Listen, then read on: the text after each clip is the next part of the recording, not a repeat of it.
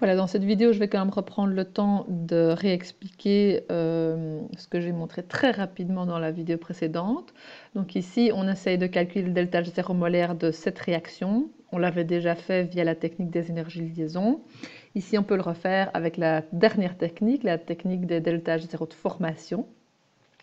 Donc on va faire la somme de tous les deltages de formation des produits moins la somme de tous les deltages de formation des réactifs. Et toutes ces valeurs, on va les trouver dans des tables. Donc, première étape, on va chercher tous les deltages de formation des produits. Qu'est-ce que j'ai comme produit? J'ai CO2 et comme je disais ici, il va falloir faire très attention à ce qu'il y a entre parenthèses. Donc ici, c'est le CO2 gazeux. Alors, on va aller regarder dans la table. Si je trouve mon carbone qui est ici, le CO2, soit vous avez la valeur pour le CO2 gazeux, soit le CO2 qui peut également être aqueux. Donc là, il faut bien faire attention. C'est dans notre cas ici, c'est gazeux, donc on va devoir venir prendre la valeur moins 393. Je la remets donc dans mon calcul ici. Vous voyez qu'il y a déjà le moins 393. Et qu'est-ce que je dois prendre? Ici, je dois prendre tous mes produits, donc je dois aussi prendre 2 fois l'enthalpie de formation de H2O liquide, 2 fois l'enthalpie de formation standard de H2O liquide. H2O, il est ici quelque part, on peut l'avoir liquide ou gazeux, donc moi je dois prendre cette valeur-ci pour le liquide, moins 286.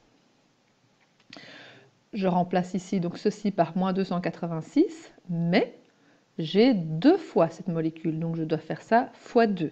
Donc les valeurs des coefficients stéchiométriques, on doit toujours en tenir compte. J'ai donc moins 393, plus 2 fois cette valeur qui est négative, j'arrive à moins 572. Et pourquoi est-ce que je vous demande de chaque fois faire bien toute cette étape? Pour ne pas se tromper dans les signes. Ici, on a un moins, ici plus moins, qui va donc donner un moins également, ce qui me donne au total moins 965 kJ par mol pour cette première partie du calcul où on regarde uniquement les produits. Ensuite, on fait la même chose pour les réactifs. Qu'est-ce que j'ai dans mes réactifs? Du CH4 gazeux et de l'oxygène gazeux. Alors le CH4 gazeux, typiquement c'est celui-là qui est organique, donc il faut aller justement regarder à la page 270 et pas à la 268. Donc là on va avoir le CH4 gazeux qui vaut moins 75. Je remplace ici moins 75. Et 2 fois l'enthalpie standard de formation de l'oxygène gazeux. Alors vous pouvez les voir dans le tableau, mais justement ici on a de l'oxygène qui est gazeux, donc c'est son état le plus stable. Donc pour former de l'oxygène gazeux, il ne faut pas d'énergie. Donc le delta 0F de O2 gazeux, vous pouvez aller vérifier, ce sera 0. Donc 2 fois 0, ça fait quand même 0. Il me reste donc pour tous les réactifs la valeur de moins 75 kJ par mol. Et je fais donc la première valeur moins la deuxième valeur. De nouveau, on fait bien attention à ces signes. On a moins 965, moins 75, ce qui me fait donc ici un plus. Et c'est pour ça que j'insiste que vous fassiez vraiment par étapes, parce que ce sont vraiment des fautes ultra courantes des élèves qui se disent « Ok, c'est bon, c'est facile, ils font tout en une étape » et alors on se trompe dans les plus et les moins et la réponse finale est mauvaise. Donc vraiment, prenez le temps de faire avec les étapes, comme ça vous êtes sûr que vous ne vous trompez pas dans les signes. Donc moins 965 plus 75, ça vous donne moins 890 kJ par mol. Alors si vous observez cette valeur-ci, normalement on aurait dû tomber pile poil sur la même chose que ce qu'on avait que ce qu'on avait trouvé comme réponse avec la technique des énergies de liaison.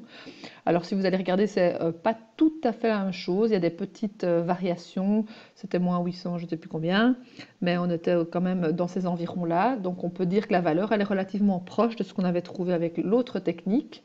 Alors comment ça se fait qu'on n'a pas pile poil la même chose? Parce qu'en fait dans cette table, ici, toutes les valeurs qui sont reprises, ce sont des valeurs moyennes. Donc il y a parfois des petites variabilités. Et donc, si à la place de 75, je ne sais pas moi, c'est 73 ou bien 77, ben forcément, quand on l'additionne plusieurs fois, et puis avec tous les produits et les réactifs qu'on a, 2-3 kJ par-ci, 2-3 kJ par-là, ça peut donner des petites différences. Mais ce n'est pas un problème, parce que c'est quand même une très très bonne estimation.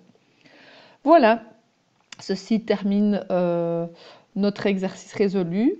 Ce que je vous encourage à faire pour la fois prochaine, enfin je vous demande de faire une petite prépa bonus, donc bonus sur 2 comme d'habitude, vous aurez 2 sur 2 si c'est fait, 0 sur 2 si ce n'est pas fait, donc tout bénéf à le faire.